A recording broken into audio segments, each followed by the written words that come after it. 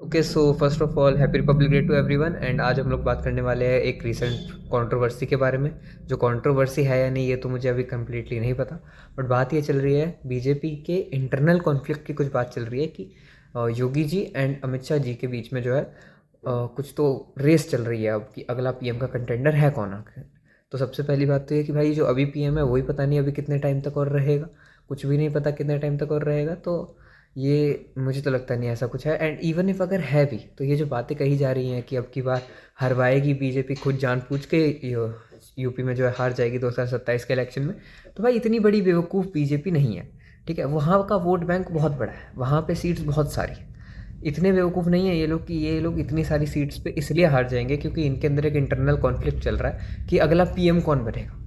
वो भी उस हाल में जब अभी जो करंट पीएम है उसी का नहीं पता है कि वो कब तक से पीएम है। कुछ एक कन्फर्मेशन नहीं है, वो नहीं कह रहे हैं, वो कहीं दावा नहीं कर रहे हैं कि मैं बस इस सिस्टम के लिए हूँ कि मैं अगली बार भी जीत गया तो मैं नहीं बनूंगा ये वो।